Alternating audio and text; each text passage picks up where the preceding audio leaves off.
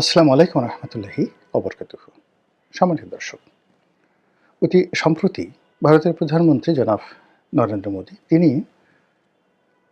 ভারতের যে পশ্চিমবঙ্গ, তার রাজধানী কলকাতা, তার আশেপাশের যে নাসিরনগর এলাকা রয়েছেন, সেই নাসিরনগর এলাকার একটি নির্বাচনী জনসভাতে বক্তব্য দিয়েছেন। এবং সেই বক্তব্যে তিনি যেভাবে বাঙালির বিরুদ্ধে, বাংলা ভাষার বিরুদ্ধে এবং বাংলা দেশের বিরুদ্ধে বিষোদ্গার করেছেন, আপাত দৃষ্টিতে এটি তৃণমূল কংগ্রেস বা মমতা ব্যানার্জির বিরুদ্ধে তার যে একটি রাজনৈতিক স্ট্যান্ড সেটা মনে হলেও এটি স্বাধীন সার্বভৌম দেশ হিসাবে ভারতের যে কেন্দ্রীয় সরকার, সেই কেন্দ্রীয় সরকারের মনোভাব বাংলাদেশের ব্যাপারে কতটা জঘন্য, কতটা ধ্বংসাত্মক এবং কতটা নির্মম এবং নিষ্ঠুর, সেটি তার সেই বক্তব্যে ফুটে উঠেছে। আমি জনাব নরেন্দ্র মোদীর সেই ভাষণটি নিয়ে অনেক চিন্তা ভাবনা করেছি এবং সেই ভাষণের প্রতিক্রিয়াতে তৃণমূল কংগ্রেসের সভানেত্রী এবং পশ্চিমবঙ্গের মুখ্যমন্ত্রী মমতা ব্যানার্জি তিনি যে বক্তব্য দিয়েছেন সেই বক্তব্য শুনেছি। সেই বিষয়গুলো নিয়ে সংক্ষেপে আলোচনা করার চেষ্টা করব। আপনারা জানেন যে আসাম, সেখানে আসাম এবং ত্রিপুরা, এখানে নরেন্দ্র মোদীর যে রাজনৈতিক দল বিজেপি, তারা সেখানে অতীতের যে কোনো সময় আসছে ভালো করেছে, অর্থাৎ সেখানে বিজেপির শাসন চালু হয়েছে। কিন্তু স্বাধীন ভারতের রাজনীতিতে সবসময় বাংলা মানে পশ্চিমবঙ্গ খুব গুরুত্বপূর্ণ ভূমিকা পালন করেছে। পশ্চিমবঙ্গের কারণে যাকে বলা হয় পুরো রাজনীতি বারবারই উলটপালট হয়েছে। কখনো যাকে বলা হয় রাজনীতিবিদদের দ্বারা, কখনো শিল্প সাহিত্যিক কবিদের দ্বারা, কখনো ব্যবসায়ীদের দ্বারা পশ্চিমবঙ্গ পুরো ভারতবর্ষের রাজনীতি নিয়ন্ত্রণ করেছে। একসময় ডাক্তার বিধানচন্দ্র রায়, জ্যোতি বসু, এরপরে তারও আগে মাওলানা আবুল কালাম আজাদ, হুমায়ুন কবির, এরপরে সর্বশেষ যে রাষ্ট্রপতি ছিলেন প্রণব মুখার্জি, এই সমস্ত দিকপাল ছাড়াও শরৎ বসু, তারপর বাংলার বাঘ আশুতোষ মুখার্জি, শ্যামাপ্রসাদ মুখার্জি, অসংখ্য লোক মানে যারা সর্বভারতীয় রাজনীতিতে এতটা দিকপাল হয়ে আছেন যে তাদের সমপর্যায়ের রাজনীতিবিদ আসলে তৈরি হয়নি। কবি, সাহিত্যিক, সব ক্ষেত্রে মানে আমরা যেমন আমাদের বাংলাদেশে যেমন জাতীয় সঙ্গীত রবীন্দ্রনাথের, ভারতের জাতীয় সঙ্গীত তো রবীন্দ্রনাথের, বাড়ি কোথায়? এই কলকাতাতে। আবার তিনি বিয়ে করেছেন কোথায়? যশোরে, আমাদের এই জায়গাতে। তো ভারতের যারা রাজনীতি করেছেন প্রথম থেকেই তারা বাংলাকে সবসময় ভয় পেয়েছেন।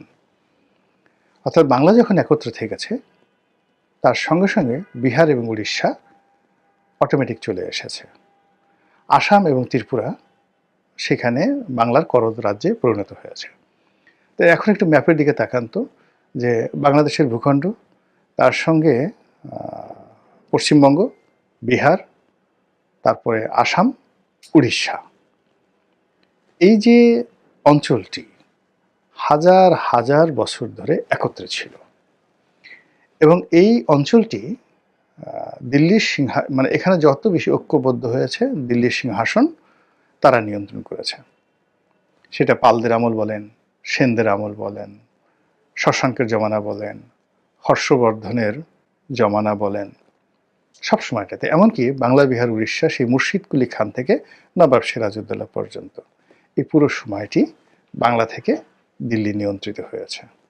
এমনকি ভারত ইংরেজ শাসনের যে বুনিয়াদ কোত্থেকে হয়েছে? এই বাংলা থেকে।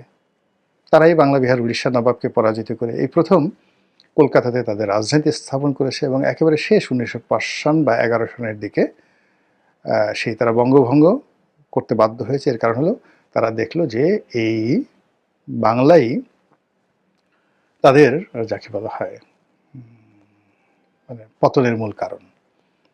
মমতা ব্যানার্জি তার বক্তব্যে বলেছিলেন যে এই বাংলা সম্পর্কে ইংরেজদের যে ভয় ছিল, পুরো ইংরেজ জমানাতে তারা মোট 7 লক্ষ কয়েদিকে আন্দামান নিকোবর দ্বীপপুঞ্জে তারা নির্বাসিত করেছিল এবং তার টোটাল লিস্ট মমতা ব্যানার্জি সেখান থেকে নিয়ে এসেছে। ভারতবর্ষের অন্য কোনো জায়গা থেকে এর কাছাকাছি মানে যত লোক আন্দামান নিকোবর দ্বীপপুঞ্জে নির্বাসিত হয়েছিলেন তার 90% বাংলার আর 10% মাত্র পাঞ্জাবের। এই যে বিপ্লবী, এই বিপ্লবীদের কারণে কি হলো, ইংরেজরা বাংলাকে দুই ভাগে বিভক্ত করেছে, আর তারা পাঞ্জাবকে দুই ভাগে বিভক্ত করেছে, পূর্ব পাঞ্জাব, পশ্চিম পাঞ্জাব। পাকিস্তানে যেমন একটা পাঞ্জাব আছে, আবার ভারতের একটা পাঞ্জাব আছে। ফলে এই দুটো পাঞ্জাব যখন একত্র থেকেছে তখন তারাও দিল্লিকে ডমিনেট করেছে, কিন্তু বাংলার মতো এতটা করতে পারেনি কখনো। এই জন্য সেই আকবরের জমানাতে, তার আগে সুলতানি জমানাতে, মানে সেই কুতুবুদ্দিন আইবেক থেকে শুরু করে মুঘলদের আসার পূর্ব পর্যন্ত যে জমানাটা, সেই প্রায় 400 বছর, এটিকে সুলতানি জমানা বলা হয়। এই সুলতানি জমানাতেও এই বাংলাকে, মানে দিল্লির যারা প্রভু ছিলেন তারা এই বাংলাকে খণ্ড বিখণ্ড করে দিয়েছেন। কখনো তারা 12 ভূঁইয়া বানিয়েছেন, কখনো বাংলা বিহার উড়িষ্যা করেছেন, কখনো ঢাকা থেকে মুর্শিদাবাদে নিয়ে গেছেন, সব এলোমেলো করে দিয়েছেন। আর সর্বশেষ যেটা যাকে বলা হয় যে ইংরেজরা যেটা করেছে সেটার উপর কিন্তু ভারত আছে। এখন ভারত কিন্তু বাংলাদেশটা দখল করতে চাচ্ছে না, কেননা ভারত যদি বাংলাদেশ দখল করতে চাইতো 71 সনে কিন্তু তারা সেটা করতে পারতো উইদিন 1 মিনিট। এটা কোনো ব্যাপারই ছিল না। 16 ডিসেম্বরে তারা সেটা করে নিতে পারতো, একীভূত করে নিতে পারতো। টু শব্দ, আমরা যেখানে এখন একজন সার্জিস হাসনাতের ভয়ে সকাল বিকাল ফিট পড়ছি, আমরা এখন যেখানে জামাতের বা শিবিরের একজন লোক ধমক দিলে আমাদের কাপড় নষ্ট হয়ে যাচ্ছে, আমরা হা করে থাকছি, আমরা ডক্টর মোহাম্মদ ইউনূস বা তার প্রেস সেক্রেটারি যদি আমাদের দিকে একটু হালকা করে চোখ মারে, জাস্ট একটা চোখ টিপ মারে, আমাদের জীবনে কিয়ামত ঘটে যাবে। এই হলো আমাদের সাহস শক্তি। এই একই অবস্থা আমরা শেখ হাসিনার জমানাতে আমরা তাকে ভয় পেয়েছি, মঈনুদ্দিন ফখরুদ্দিনকে ভয় পেয়ে আমরা রীতিমতো একেবারে টয়লেট করে দিয়েছি। তার আগে আমরা হাওয়া ভবনকে ভয় পেয়েছি, হাওয়া ভবনের আগে আমরা সেই শেখ হাসিনাকে ভয় পেয়েছি, শেখ হাসিনার আগে আমরা এরশাদকে ভয় পেয়েছি, এরশাদের আগে, মানে আমরা ভয় পাইনি কাকে বলেন তো? ওই সিংহাসনে যে বসেছে তাদের কাকে আমরা ভয় পাইনি? আমরা খালি আল্লাহকে ভয় পাইনি আর নিজেকে ভয় পাইনি, নিজের বিবেককে ভয় পাইনি। এছাড়া পৃথিবীর সবাইকে আমরা ভয় পেয়েছি। আমরা পর্তুগিজদেরকে ভয় পেয়েছি, আমরা মানে ফ্রান্সকে ভয় পেয়েছি, ওলন্দাজদের ভয় পেয়েছি, আফগানিস্তানে যারা আসছে তাদেরকে ভয় পেয়েছি, ভারতের গুজরাট থেকে যারা আসছে তাদেরকে ভয় পেয়েছি, তুরস্ক তার্কি থেকে ইখতিয়ারউদ্দিন মোহাম্মদ বিন বখতিয়ার এসেছেন তাকে ভয় পেয়েছি, কাকে ভয় না পেয়েছি। কিন্তু যেই জিনিসটি হলো সেটা হলো সেই দিক থেকে 1971 সালে ভারতের যে বাহিনী তাকে আমাদের ভয় না পাওয়ার কোনো রিজন ছিল না। There is no reason. আমরা সেই 71 সনের শীতে আমাদের সাহস বাড়ার কথা না, এখন আমাদের তো অনেক সাহস এখন বেড়ে গেছে, এখন প্রযুক্তি আছে, ওটা আছে, ওটা আছে, আমরা ক্যান্টনমেন্ট মানে পুড়িয়ে দিতে চাচ্ছি, দখল করতে চাচ্ছি। এই সাহসের মধ্যে যার যার অবস্থান থেকে আমরা কিভাবে আমাদের হাত পা কাঁপছে, ঠ্যাং কাঁপছে। আমার কাছে মনে হচ্ছে যে যারা এই মুহূর্তে যত বেশি গলা কাঁপাচ্ছে, বড় কথা বলছে, তাদের ঠ্যাং বা পা তত বেশি থরথর করে কাঁপছে। তো এই কম্পনটি কি পর্যায়ে ছিল 1971 সনে, ওটা যারা 71 সনে ছিলেন তারা বুঝতে পারবেন। আমরা গ্রামে ছিলাম, তো ওই সময়টাতে গ্রামের মানুষের যে কি পরিমাণ ভয় ছিল, আপনি এগুলো বললে হাসতে হাসতে আপনার মরে যাবেন। অনেকে ধরুন পাট খেতে বসে পায়খানা করছে, হঠাৎ করে খবর এলো মিলিটারি আসছে। মিলিটারি আসছে এই কথা শুনে সে যে কি করতেছিল এটা ভুলে গিয়ে সে যে দৌড় দিছে, দৌড় দেওয়ার সময় না আছে গামছা, না আছে কাপড়, ক্ষেত থেকে বের হওয়ার পর বুড়ার সারা শরীরে দেখা গেল পায়খানা লেগে আছে। এইরকম ঘটনা। অথচ মিলিটারি তখন ফরিদপুর জেলাতেই আসেনি, ফরিদপুর জেলার কোথাও মিলিটারি ক্যাম্প ছিল না। আর সদরপুরে আমি যে গ্রাম, সেই গ্রামে মিলিটারির ভয়ে এই ঘটনাগুলো ঘটেছে। অনেক মহিলার কি বলবো, আল্লাহ মাফ করে থাক, তবা তো আস্তাগফিরুল্লাহ, প্রেগন্যান্ট যারা ছিলেন, কি যে হয়ে গেছে আপনি বলতে পারবেন না। এই যখন বাঙালি পালাতে গেছে, ধরেন আমাদের বাড়ি থেকে পাশের বাড়ি ছিল এক রাজাকারের মোল্লা বাড়ি, এখন আমাদের বাড়ি থেকে এই মোল্লা বাড়ি সব মহিলারা গিয়ে পালালো, 400-500 মহিলা। বলেন তো এটা কোনো বুদ্ধিমানের কাজ? যে আলাদা আলাদা বিভিন্ন জায়গাতে পালালে সেটা আলাদা হতো, এক মোল্লা বাড়িতে গিয়ে এই মানে 2 দিন 3 দিন পর পরে মিলিটারি আসবে, পুরুষেরা যেত সব ক্ষেত খামারে, আর মহিলারা গিয়ে ওই মোল্লা বাড়িতে গিয়ে পালাতো। এই হলো বাস্তবতা, বাঙালির সাহস। তো সেই সাহসটি 71 সনে যদি এই অবস্থা থাকে, আর এখন যদি এই অবস্থা থাকে, তাহলে বোঝার চেষ্টা করুন যে 71 সনে দিল্লি যদি চাইতো কি করতে পারতো, কিন্তু কেন করেনি? করেনি এই কারণে যে এই বাংলা, বিহার, উড়িষ্যার আবার এক হয়ে যাবে এবং এক হয়ে দিল্লি দখল করে ফেলবে, রাজনৈতিকভাবে দিল্লি দখল করে ফেলবে।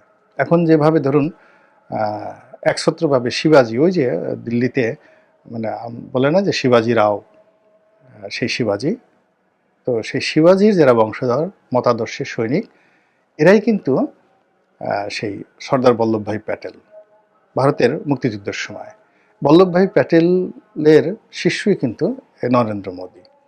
মানে এই গুজরাট কেন্দ্রিক যে আধিপত্য, এই আমরা 47 সন থেকে দেখেছি, এর আগ পর্যন্ত পুরোটাই ছিল কিন্তু কলকাতা কেন্দ্রিক। পুরো সময়টা হাজার হাজার বছর ধরে কলকাতা কেন্দ্রিক ছিল।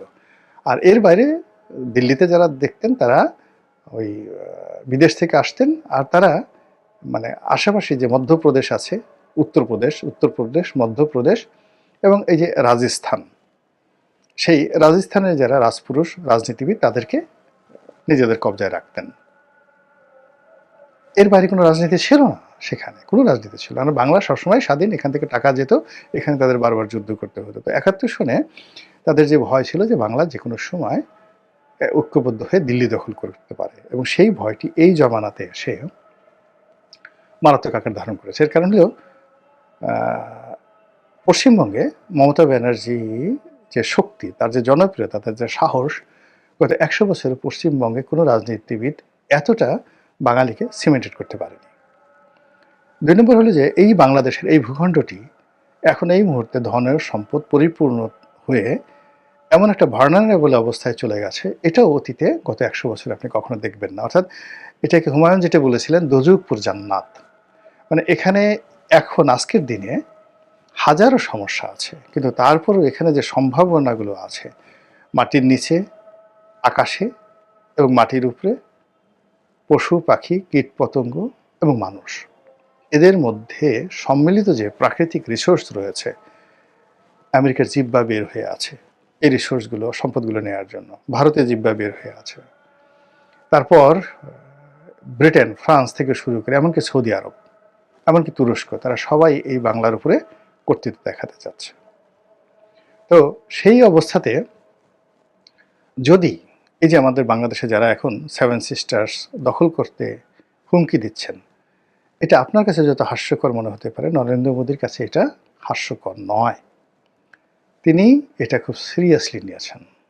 এমনকি দিল্লির যারা কর্তা ব্যক্তি রয়েছেন, কংগ্রেসের যারা কর্তা ব্যক্তি রয়েছেন, শশী থারুরের মতো যারা থিঙ্ক ট্যাঙ্ক রয়েছেন, তারা সরাসরি হাসনাতের নাম উচ্চারণ করে, মেনশন করে, বা উসমান হাদির নাম মেনশন করে এখন তারা বক্তব্য দিচ্ছেন যে এটা এই শশী থারুরদের নাক এত উঁচু, তারা তো শেখ হাসিনার নাম উচ্চারণ করতে চায় না, বঙ্গবন্ধুর নাম উচ্চারণ করতে চায় না, প্রেসিডেন্ট জিয়াউর রহমানের নাম শশী থারুর কোনোদিন উচ্চারণ করেছেন, যেখানে তারেক রহমান সাহেবের নামই জানেন কিনা সন্দেহ, এরকম একটা ভাবসাব তারা দেখান। তো সেখানে কতটা দায় ঠেকলে তারা হাসনাত, সার্জিস কিংবা মানে সেই যে পাটোয়ারি, নাসিরউদ্দিন পাটোয়ারি, আক্তার, এদের নাম নিচ্ছেন, ইউনূসের নাম নিচ্ছেন, ঘন ঘন ইউনূসের নাম নিচ্ছেন, ইট মিনস তারা ভয় পাচ্ছেন।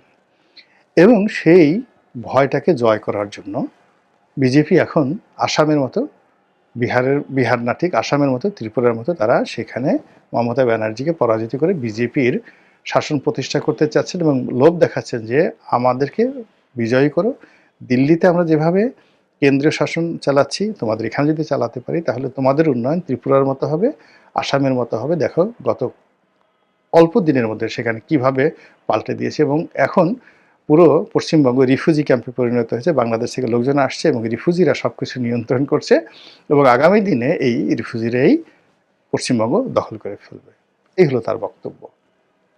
তাহলে বোঝার চেষ্টা করুন যে বাংলা নিয়ে তাদের অ্যালার্জিটা কোন পর্যায়ে, এবং সেই অ্যালার্জি থেকে, ভয় থেকে, আতঙ্ক থেকে তারা যদি বড় কোনো দুর্ঘটনা ঘটায়, এবং যেটি এখন বলা হচ্ছে যে তারা ৭১-এর মতো আবার অ্যাকশনে যাবে, তারা আবার সার্জিক্যাল স্ট্রাইক চালাবে, তারা আবার সেই যে আমাদের সীমান্তে সৈন্য সমাবেশ আলটিমেটলি তারা করেছে, সামরিক শক্তি বৃদ্ধি করেছে, টহল বৃদ্ধি করেছে, এবং দেখলাম যে অনেক জায়গাতে তারা টহল বৃদ্ধি করেছে যেন অনুপ্রবেশ না ঘটে বাংলাদেশ থেকে।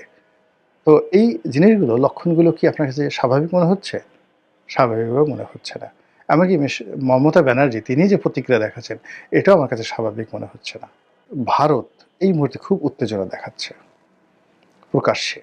স্বয়ং নরেন্দ্র মোদী, মমতা ব্যানার্জি, শশী থারুরের মতো বিখ্যাত ব্যক্তি, ভারতের পররাষ্ট্র সচিব, মানে অমিত শাহ, অন্যান্য যে সকল কূটনৈতিক অঙ্গনের সরকার এবং বিরোধী দলে যারা আছেন, প্রায় সবাই বাংলাদেশের ব্যাপারে মারাত্মক প্রতিক্রিয়া দেখাচ্ছেন।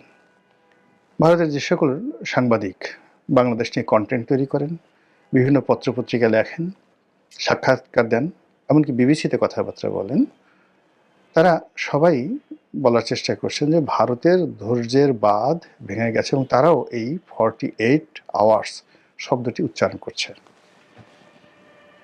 আমি নিজে খুব অবাক হয়ে যাই যে এই সকল বাক্যগুলো একসঙ্গে মিলল কি করে, এরা তো পরস্পর বিরোধী পক্ষ। তো কেউ যদি 48 আওয়ার্স বলে, তো অন্যরা রাগ হয়ে বলবে যে না, এখানে 48 আওয়ার্স হবে না, এটা 64 ঘন্টা হবে। আরেকজন বলবে না 24 ঘন্টা, আরেকজন বলবে না 30 ঘন্টা।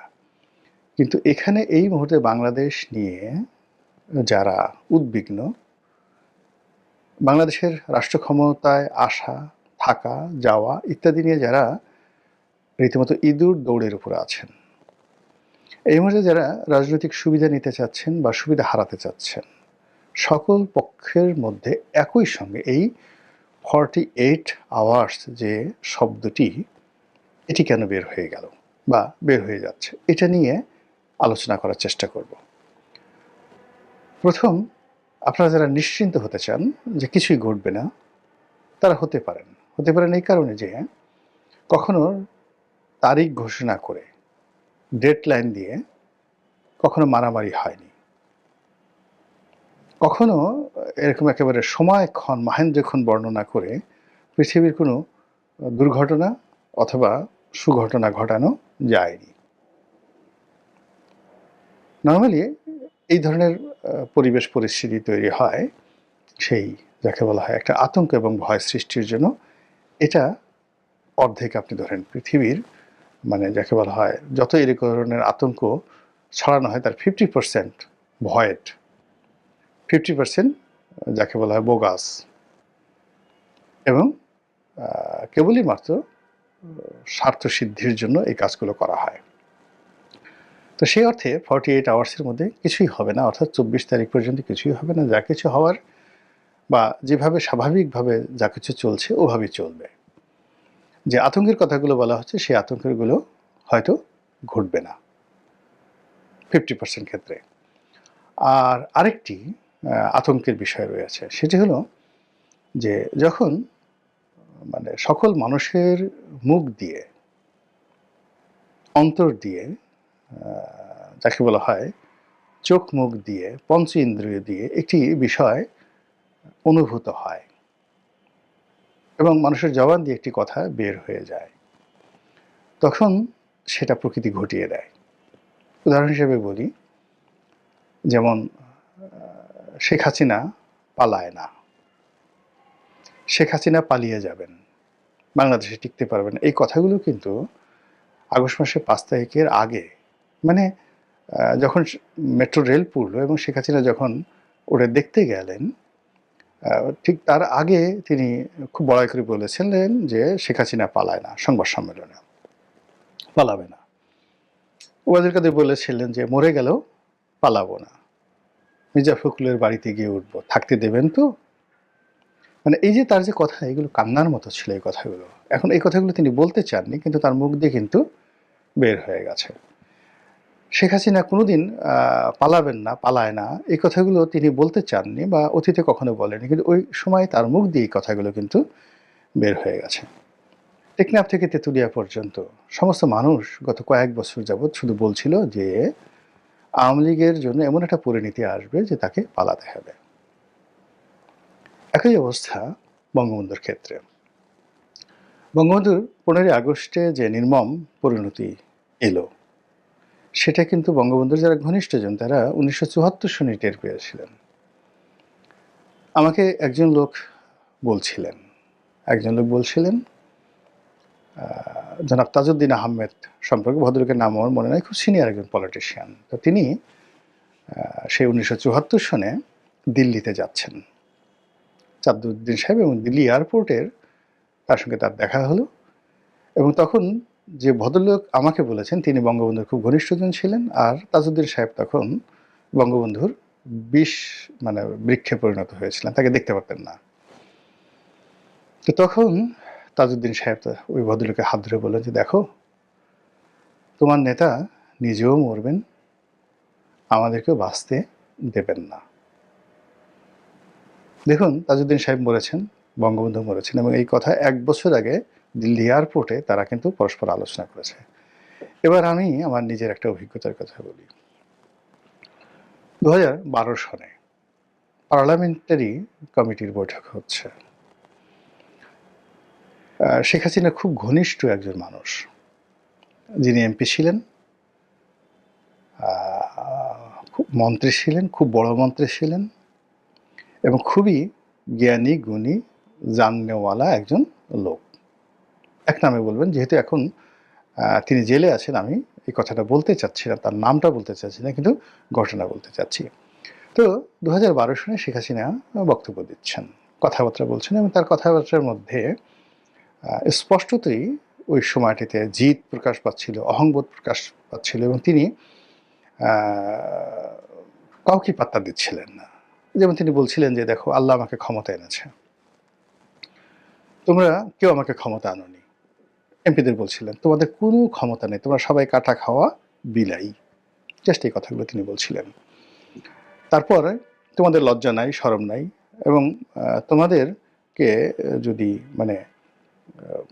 ওই কাটা খাওয়া বিলাইয়ের মতো কাটা দেওয়া হয়, সবাই গর্ত থেকে বের হয়ে আসে, আবার বিলাইকে যেভাবে পাছার উপর বাড়ি দেওয়া হয় ওই গোপালগঞ্জের আঞ্চলিক ভাষায়, বিলাই আবার চোখের তলে পলায়, আবার সেই কাটা দিলে মিউ মিউ করে সামনে চলে আসে, তোমরা হলে সেই রকম। তো সকল মানুষ মাথা নিচু করে তার বক্তব্য শুনছিলেন। আব্দুল জলিল সাহেব তখন জীবিত, তোফায়েল সাহেব, রাজ্জাক সাহেব, সকলে মিলে তার সেই অপমান কিন্তু সবাই হজম করছিলেন। রাজ্জাক সাহেব তখন জীবিত ছিলেন কিনা আমি বলতে পারবো না, যা হোক। তো সবাই ইনক্লুডিং সাবির হোসেন চৌধুরী সহ সবাই 111-এ যারা যাকে বলা হয় কুশীলব ছিলেন তাদেরকে ইন্ডিকেট করে, প্লাস দলের যারা একেবারে নতুন আসছে, শুধু দলীয় মনোনয়ন নিয়ে জোয়ারে যারা পাশ করে আসেন, সবাইকে উদ্দেশ্য করে তিনি এই কথাগুলো বলছিলেন। তা এখন আমার পাশে যে ভদ্রলোক বসেছিলেন তিনি বললেন যে দেখো, তোমার নেত্রীর, আমি তখন শেখ হাসিনার খুব ঘনিষ্ঠজন ছিলাম, তো বলে দেখো তোমার নেত্রীর কথা শোনো। ওনার মধ্যে একটা অহমিকা বোধ জন্ম নিয়েছে যে আওয়ামী লীগকে বাংলাদেশে তিনি পুনর্জন্ম দিয়েছেন, আর উনি এখন যে কর্মগুলো করছেন সেই কর্মের মাধ্যমে তার হাত দিয়ে আওয়ামী লীগের কবর রচিত হবে, এবং তার অবর্তমানে আওয়ামী লীগের হাল ধরার মতো আর শেখ পরিবারে এই দলের মধ্যে কেউ থাকবে না। সেই কাজ তিনি দেখো আজকে এই অনুষ্ঠানে করে যাচ্ছেন। দলীয় নেতা যদি তার নেতাকর্মীদেরকে সম্মান না করে, দলীয় নেতা যদি তার নেতাকর্মীদেরকে অপমান করে, তাদের মেরুদণ্ড ভেঙে দেয়, তাহলে আর যা হোক দালাল হবে, তাবেদার হবে, টাউট হবে, বাটপার হবে, সব কিছু হবে, কিন্তু দল পরিচালনা করার মতো নেতা থাকবে না এই দলে।